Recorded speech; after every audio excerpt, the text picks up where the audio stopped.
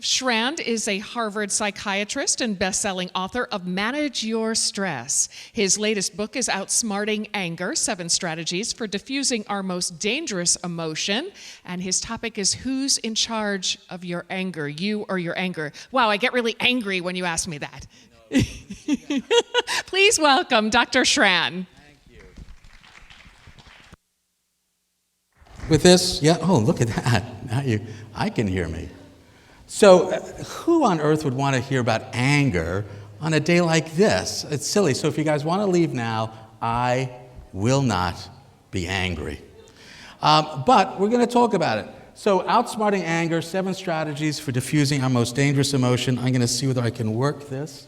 Wow, very cool. So if you think about it, we are these ancient animals. And we have evolved really over hundreds of millions of years. And this brain has it's been remarkable. It's just kept growing and growing and growing. And as we'll see, what I'm trying to show you is that because we now have evolved this new part of our brain, which we'll talk about, we have a remarkable opportunity of what we can do with this ancient feeling of anger. So this is the brain. It's kind of amazing, if you think about it. We never really threw anything away. As we evolved, we just built one chunk of brain on top of the other. And I'm just going to see if I can get this. So this is a laser pointer. You're really not meant to point this at people. Sorry. So here is the brain stem, which goes down into the spinal cord. The brain stem is what's in charge of everything automatic, of our breathing, our heart rate, everything that's automatic. And then we have built on top of it this chunk of brain called the limbic system, which, as you'll see, is involved in emotions and memories, impulses, feelings. And then here, right behind our forehead, so if everybody could just put your hand on your forehead just for a moment like that. Okay, good. So right behind there is your prefrontal cortex. That's the part of the brain, as it says here, that's responsible for thinking, solving problems, taking action, but critically, anticipating the consequence of that action. So how many times have we done something impulsively and gone, God, what was I thinking? And you sort of slap your prefrontal cortex trying to get it going. This is exactly it. Now, just as an aside, in adolescence, anybody here have adolescent children? Yeah. Anybody been an adolescent? Anybody still an adolescent? Thank you. Good. We're all in the same place here. So in adolescence, just curiously, this part of the brain, the limbic system, is actually more mature than the thinking part, which explains a lot why adolescents are impulsive, emotional, and sometimes do things that we go, what were they thinking? Because they're not. I mean, they are, but adolescence. So anger, a major part of who we are. I'm curious, has anybody been angry this week? Yeah? And there's a lot of anger going around. And it's really interesting to wonder, why is there so much anger? And we may get into that, but anger's been around with us for millions and millions of years. And as you'll see, it's not the anger that gets us in trouble. It's what we do with it that can really get us in trouble. But anger is a perfectly normal part of being human. Normal. It's part of who we are. It's part of what's made us who we are. It's part of how we've survived to be who we are. So, in fact, without anger, we wouldn't have survived. If without anger, we would have probably been lunch for plenty of predators, because really we were never the biggest animal, the fastest, or the strongest. We were always prey until just a couple of million years ago. So there's a place for anger in all of us, but we now have, as one of my colleagues says, caveman brains with Star Wars weapons. That's dangerous. That leads to a lot of potential problems. So it's not the anger that gets you in trouble. It's what you do with it. And aggression is the enactment of anger. So anger perfectly good feeling. As a matter of fact, a lot of very positive, productive things come from anger. The civil rights movement is because of anger. Mothers Against Drunk Driving, mad against for anger, saying things are wrong. There's nothing wrong with anger. It's really what we do with it. But we have these weapons that make things difficult. So as the small band of hunter-gatherers sat around cleaning their weapons, one made the mistake of looking at his club straight on. Never do this. No, I don't suppose anybody's ever done this. Have you ever done something impulsively and wound up hurting yourself? Whether it's saying something impulsively out of anger and you hurt yourself because down the road, the person doesn't forget. How many people have insulted someone and years later, I've got a hand here. I won't ask you what you did, but I'm so glad you put up your hand. Years later, the person come back and say, you really hurt me. Because that anger has activated that limbic system in the other person. And remember, the limbic system is responsible for impulses, feelings, and memory. So when you hurt someone today with anger, it may take a long time for them to forget. So what we're going to be talking about in a bit is what we do with all this anger. It's an emotion designed to change the behavior of somebody else. This is really an important definition of anger. Anger is an emotion designed to change the behavior of somebody else. We get angry when we want somebody to do something different, start doing something, stop doing something. And if you begin to realize that that's why you're angry, you can start thinking, why is the other person angry? Because we've all basically got the same brain. So if somebody else is angry around you, you can begin using this definition and start thinking, what does that person want to see different? What do they want to change? So we get angry when we want somebody to start doing something or stop doing something. So this fellow, a little bit nervous. I got him, Byron. It's something in the vestibular genus. And whoa, does he look mad? So what's going to happen next in this picture? You know what's going to happen. This guy's going to get stung. That's your prefrontal cortex already at work. Gary Larson, one of the most brilliant cartoonists, because when he did his cartoons, it wasn't what was happening here that was so funny. It's what's going to happen next. And you anticipate that in your brain with your prefrontal cortex, and that's why Gary Larson cartoons are so brilliant, because he is activating in you that ability to anticipate what's going to happen next. When you tap into that part of your brain, especially around anger, you can really begin to modulate not just your anger, but somebody else's anger. And that's really what we really want to talk about as we get through this talk. So, we get angry when we feel envy. We're at a disadvantage. We want to level the playing field, right? Anger, an emotion designed to change the behavior of somebody else. Why am I getting angry? I think somebody's got more than me. I'm envious of them, and I want them to change. I want to bring them down. First thing, envy. When we feel suspicious, someone's trying to take something from us. And remember, if you are envious of somebody else, the person you are envious of may become suspicious of you. You've got these two brains that are limbic brains, angry brains.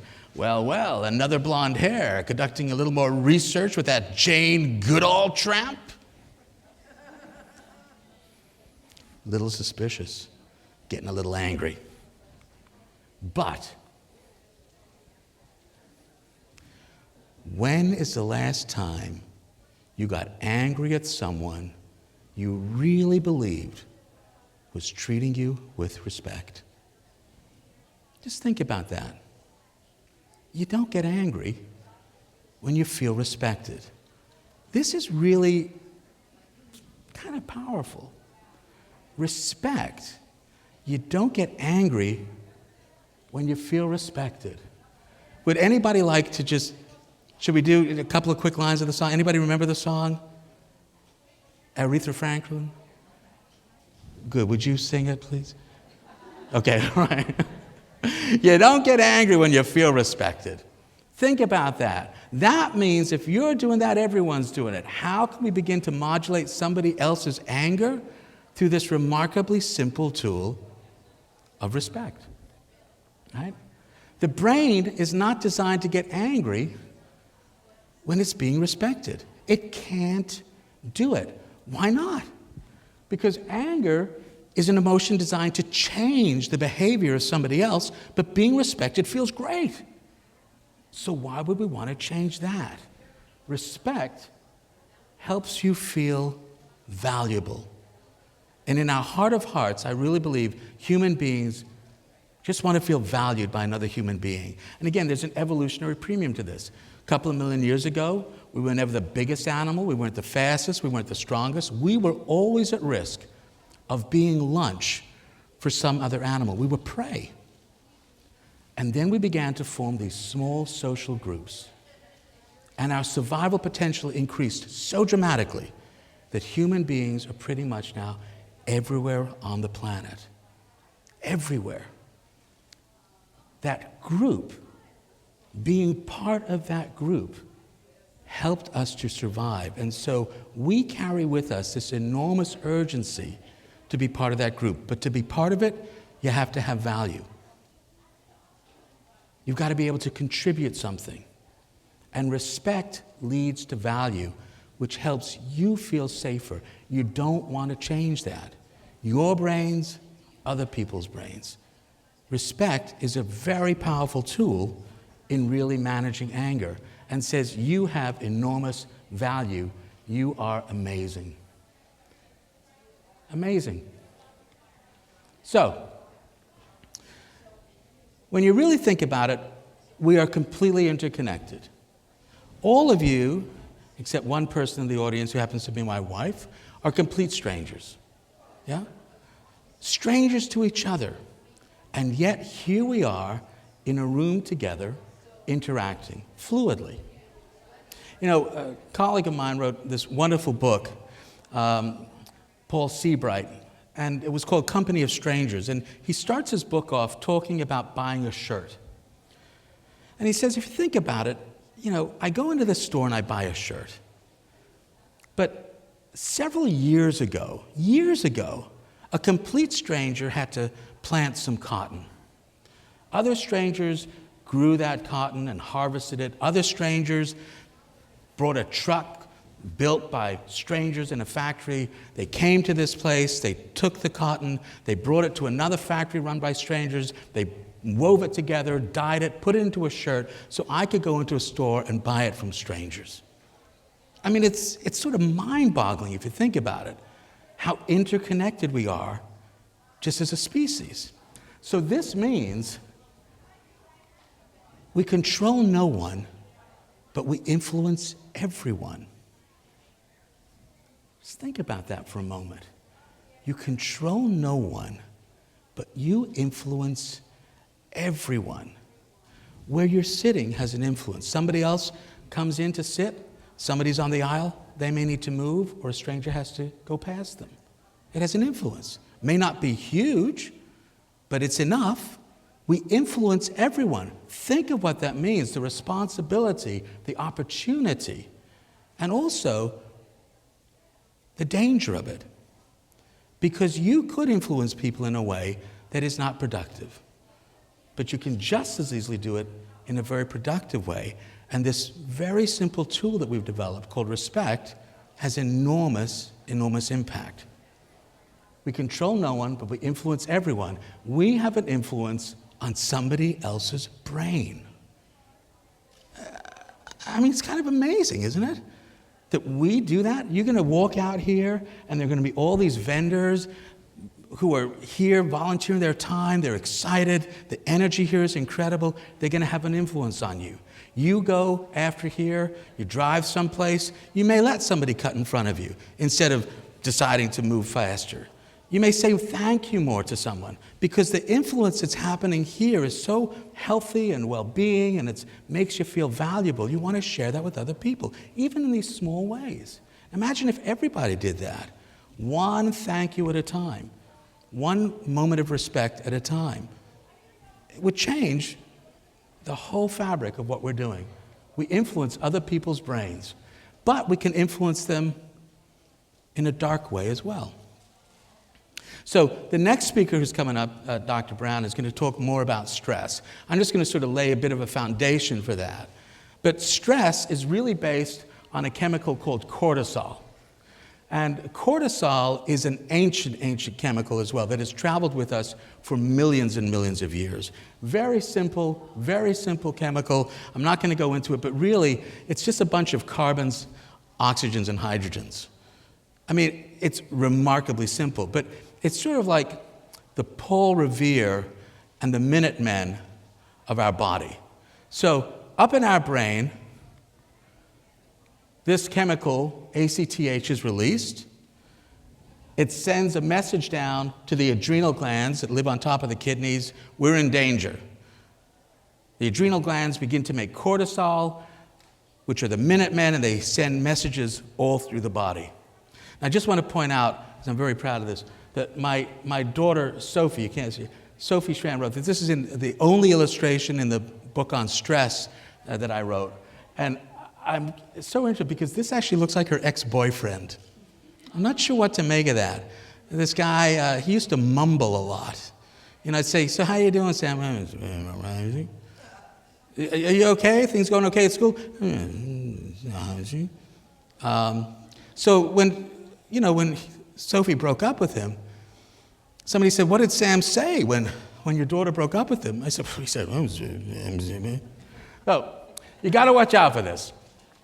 This cortisol makes your blood pressure go up, makes you breathe faster, your heart beat faster.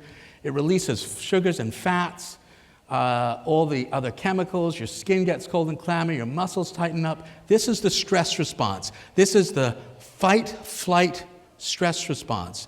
More the flight branch than the fight branch. Right? So think about it. There you are going about your business in a jungle, and a saber-toothed tiger approaches you. You want to get away from there. What do you want to do? You immediately want your heart rate to increase because you want blood to flow to your strong muscles, the muscles of your arms and legs. You divert blood from your skin. Your skin gets cold and clammy because if you're going to run, you don't want to overheat. You divert blood from your gut, although it doesn't say it here, because there's no point digesting lunch if you're about to be lunch. But the problem in the long run is because you're doing all of this, and in our world of chronic stress, this can explain why we have people with high blood pressure. We've got people who are always feeling tense. We have more type 2 diabetes because you've got to get all this glucose away from the body and into your brain, so you suppress insulin. You have an influence on other people's brains. If you're treating people with disrespect, they're beginning to feel they have less value. And if they have less value, they're at greater risk of being kicked out of the group. And if they're kicked out of the group, they're at greater risk of being lunch for a saber-toothed tiger, and so their cortisol levels go up, and they're under chronic stress. It's the way our brain works. That's that ancient limbic part of our brain, hundreds of millions of years old. It's about survival. You get a chance to influence it. So, this limbic system, memories, impulses, feelings, and anger, the frontal lobe, especially the prefrontal cortex, all the thinking, anticipating the consequence. Remember, it's right here behind your forehead. This is the thinking part of your brain. This is the part that you can begin to use, and we use all the time to influence other people. And we can either make that cortisol higher, or we can get rid of it. So, reducing the anger of people around you reduces their cortisol. They become healthier, happier people. And not only that, this respect leads to value. Value leads to trust. And trust is based on another chemical in the brain called oxytocin. Not OxyContin, oxytocin. Really interesting chemical. And this basically is the neurohormone of trust. Now, if you remember that cortisol was pretty simple, this is not a simple molecule. This is a very, very complicated molecule, but it is a molecule of pleasure.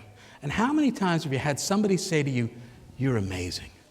You did a great job. And you get that rush, that's this. That's this chemical, oxytocin.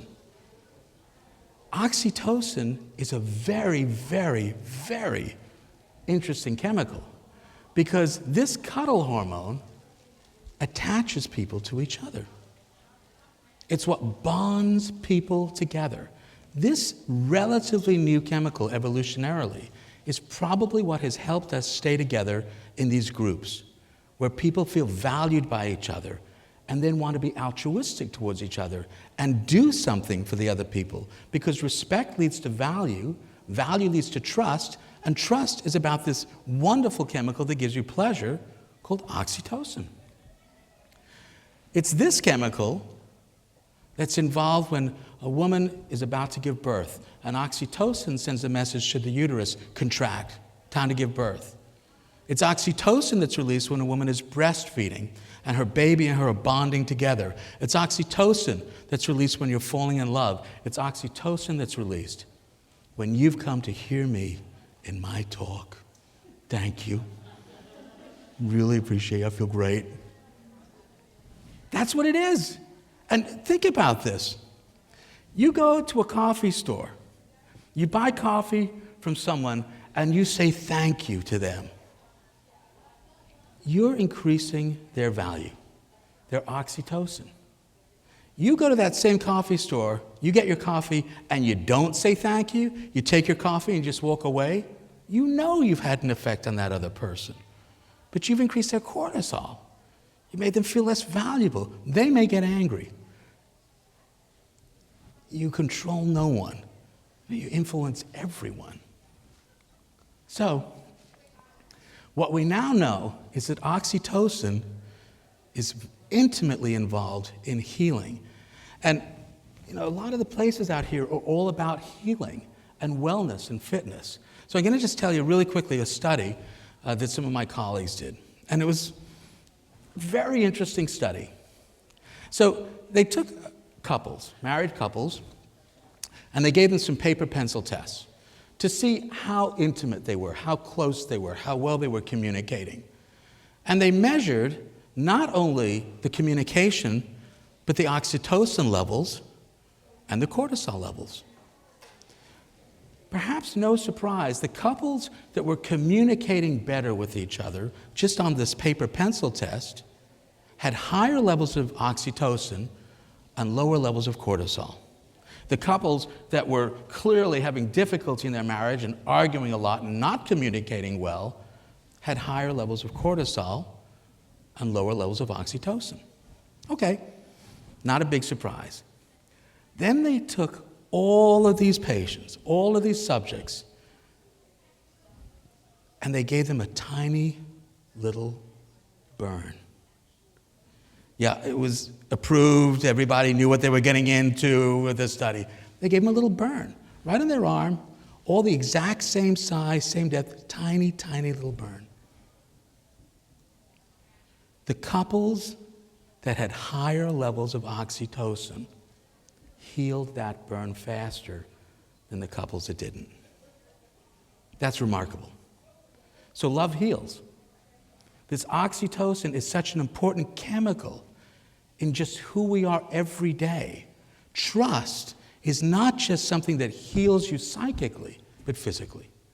Oxytocin is something that you can help produce in other people's brains, simply by reminding them that they're amazing.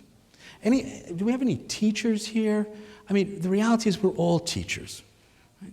We all have opportunities to influence other people. This is part of what we're trying to talk about in the Outsmarting Anger book. When you're really using that prefrontal cortex and anticipating what is the consequence of what's going to happen next when I treat someone a certain way, you can anticipate whether you're going to increase their stress or increase their sense of value. It seems very simple, and it actually kind of is. Because we have this new brain, this thinking part of our brain that we can use and use all the time, if we're aware of it.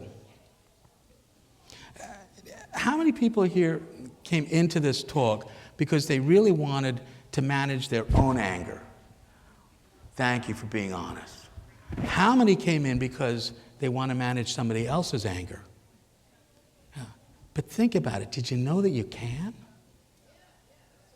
Do you know that you have within you the ability to manage somebody else's anger? You can either make that cortisol or oxytocin. And we're going to get very quickly into the 7 strategies for diffusing our most dangerous emotion. Body changes, things tense up. There may be your face gets flushed, but you know when you're angry. Envision envy. This is part of why we get angry, as we'll go through it quickly. Sense suspicion. The flip side of envy is suspicion. We spoke about that earlier. If I think somebody's got more than me, I'm going to get envious of them. But they may think that I'm trying to take something from them and be suspicious of me. But if you're doing it, everybody's doing it. Everybody's got the same basic brain. This now gets into the 4th step, which is the first step in really being able to manage somebody else's anger, and you project peace. We're going to go into this very briefly as we go through the talk, but have you ever walked down the street and you see a stranger? Complete stranger, and you attribute some intention to that stranger. Can I trust them or not trust them? That takes 37 milliseconds. Scientists have done the study. In 37 thousandths of a second, you have made an assessment about whether that person can be trusted or not trusted. But if you're doing it, everybody's doing it. That person is taking 37 milliseconds to assess you. So this step, the project peace step, is the first step in being able to modulate somebody else's anger. Because if you think about it, it's not really your anger that always gets in the way of success. Very often it's somebody else's anger that gets in the way of your success. And when you can outsmart anger, it's not just about your anger, it's being able to calm somebody else's brain by projecting peace. First step, how you are first seen by somebody else is going to have an influence on their brain. Once you projected peace, you're going to engage empathy. Empathy is our human interest in what other people think or feel. Human beings are very interested. What are you thinking? What are you feeling? But we are particularly interested, what are you thinking or feeling about me? That's what we really want to know. And what we really want to know is, do you see me as valuable? When we can engage empathy, we can really begin to draw somebody towards us because we're letting them know that we're interested in who they are, what their experience is, what's been going on. Why were they angry to begin with? Did you think that I had more than you and you were now at a disadvantage? Did you think that I was going to take something from you and put you at a disadvantage? Why are you angry with me? I'm peaceful, and I'm interested in why you are angry. And then you have to use the 6th step. The most important invention that human beings have ever created. And you have to use language and communicate clearly. Let me try an example with you. If you would all say out loud for me these exact same words together, I am having lasagna for dinner. Wonderful. Now I would like you to say it as a question. Same words. Great. Now as a demand.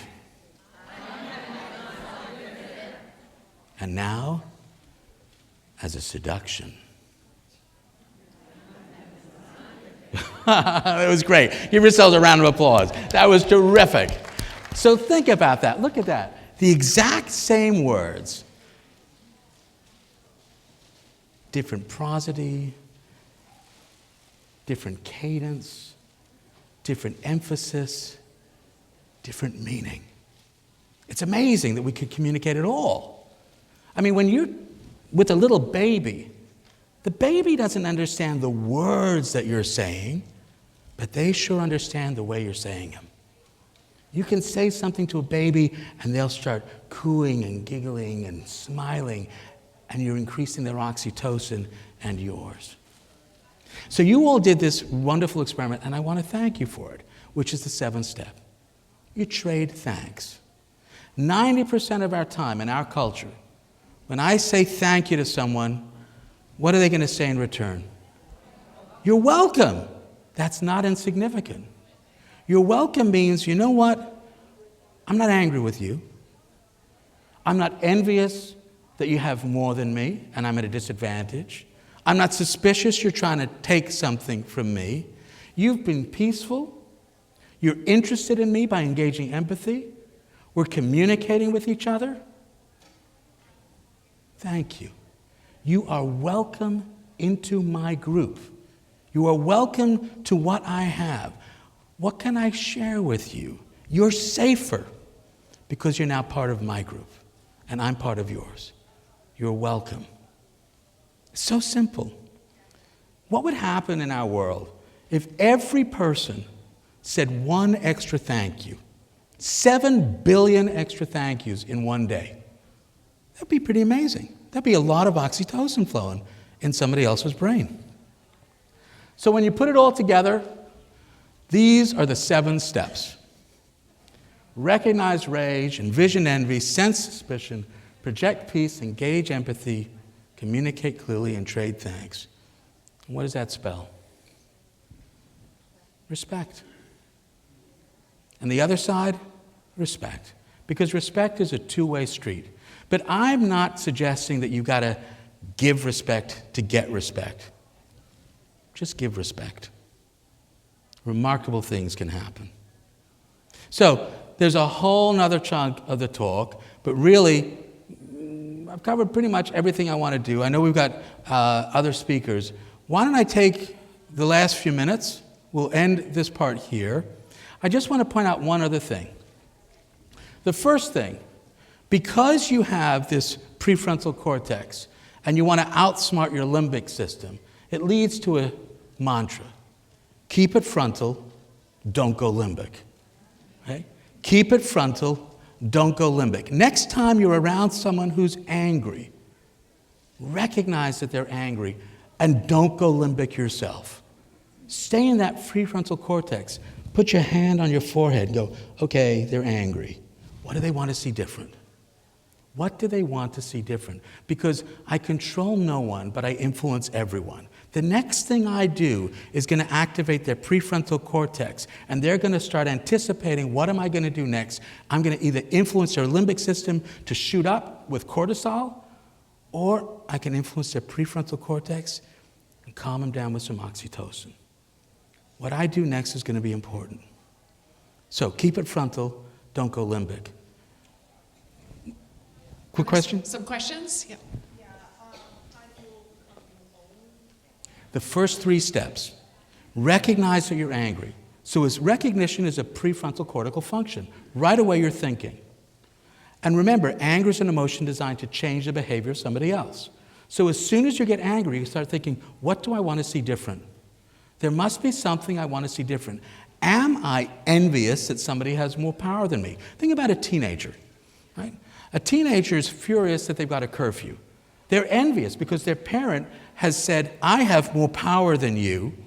I'm setting your curfew. The parent may get suspicious and angry because that kid, they know, is not going to meet their curfew. Now you've got 2 limbic brains. Nothing ever good happens from that. You got to keep shifting over to that prefrontal cortex. So you think, does somebody have more than me and that's why I'm angry? Or am I suspicious they're going to take something from me? So if anger is an emotion designed to change the behavior of somebody else, respect is a behavior designed to change the emotion of somebody else. You can outsmart anger by using this tool of respect, calming somebody's limbic brain, and everybody's going to do better. Thanks. Are there other questions? And I'll come over to you with the mic. Are there some other questions? I have a question, Doctor. Yeah. I tend to not get angry with people in public because I either, say in my mind they're stupid or they had a really bad day. But I get really angry with my family. Is that a different part of the brain? My family can just make me crazy. Yeah. I don't suppose anybody can relate to that, right? Absolutely. And part of it is because we have these things called groups, right? And the brain is designed to compare sets of information. And we compare groups. There's an in-group and an out-group. And sometimes in an in-group, you can feel so much safer that you can express some of these feelings. But you got to remember that even within that in-group, those other people have limbic systems too.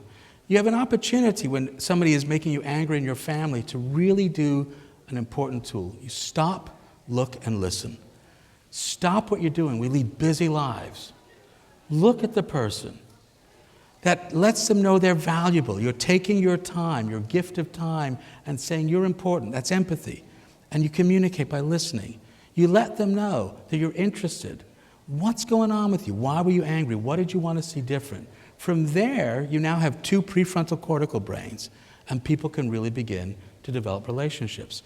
We think about people all the time.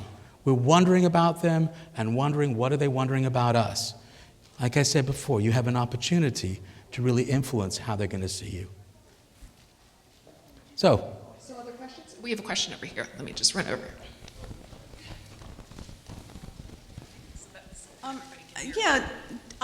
Don't you think it's necessary to draw a line, though? I mean, when you're trying to engage someone who's enraged and is possibly verbally or emotionally abusive, how do you draw the line and respect yourself as well as the other person? absolutely. Yes, you do. Because there's going to be a moment where that limbic brain in the other person's brain is too activated for you to really calm them down at that moment. But over time you do. If you need to activate a flight response for a moment and move away, you should do it. Remember, there's a difference between anger and aggression. Aggression is the enactment of anger, and I'm not suggesting that anyone put themselves in a dangerous position. But I assure you that over time, this continued approach of respect, the other brain will calm down. Having worked, in psychiatry units with very, very angry folks, it takes a little while, but their brains calm. With or without medication. It's what we do. But I agree with you. You don't want to put yourself in a position where you are being abused. And there may be a time where you say, you know what? You can't be in my group anymore. And I'm not going to be in your group. Because this is not good for me. It does not increase my value. I don't trust you. And I got to leave. What you're actually talking about, and I'm so glad you asked this question, is one of the real dark sides and unforeseen consequences of anger. You become alone. How many people really want to be around angry people? So the downside of anger is that person becomes isolated systematically from the group. And the problem with that is that may make them angrier because they become afraid, because they have no value. Respect is a way for us to begin modulating the angry brain and reminding it, you know what? I don't condone what you do, and I don't like it and say it's okay. I'm going to hold you completely accountable for it because what you do affects my brain. But I'm going to respect it. That's not the same thing as liking it. Respect breaks down to spect, look. Let's look again without judgment at why you're doing what you're doing and try to understand it together by engaging empathy and communicating and projecting peace. And then you thank someone. Thanks for letting me know what's going on with you. Another question? Another question over here? Let me just get you on the microphone because we're This running is good. late. This is our wellness moment. This helps everyone. Yes. I act out on my anger the same way my father did. Is this inherited or is this a learned response? It's a great question, as all of them are. It's probably a little of both. Because what we didn't talk about today was in the Project Peace chapter, I talk about something called mirror neurons. Mirror neurons are these very interesting parts of our brain where we're actually mirroring what another person is doing and anticipating whether we should do it. Mirror neurons were first discovered in the 1990s when scientists took a very thin electrode and put it in the brain of a rhesus monkey and were watching what parts of the brain activated. And they had this monkey watch another monkey.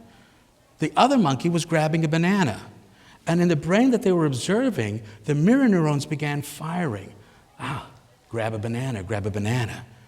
None of the muscles moved, but the mirror neurons began doing just that, mirroring and anticipating, should I do this? So your question is wonderful because it shows that we mirror each other. We can mirror each other either through anger or respect and all other ways. You guys go to a movie, you're watching the actors and actresses, they're doing something, you feel sad if they're sad. You feel happy if they're happy, angry if they're angry. You're mirroring their emotions. So yes, it's nature-nurture. There's no separation between these things. Sometimes we're doing things because we have trait anxiety and state anxiety, trait anger or state anger. But the mirror neurons are what we get to activate when we do the project piece component of the 7 steps.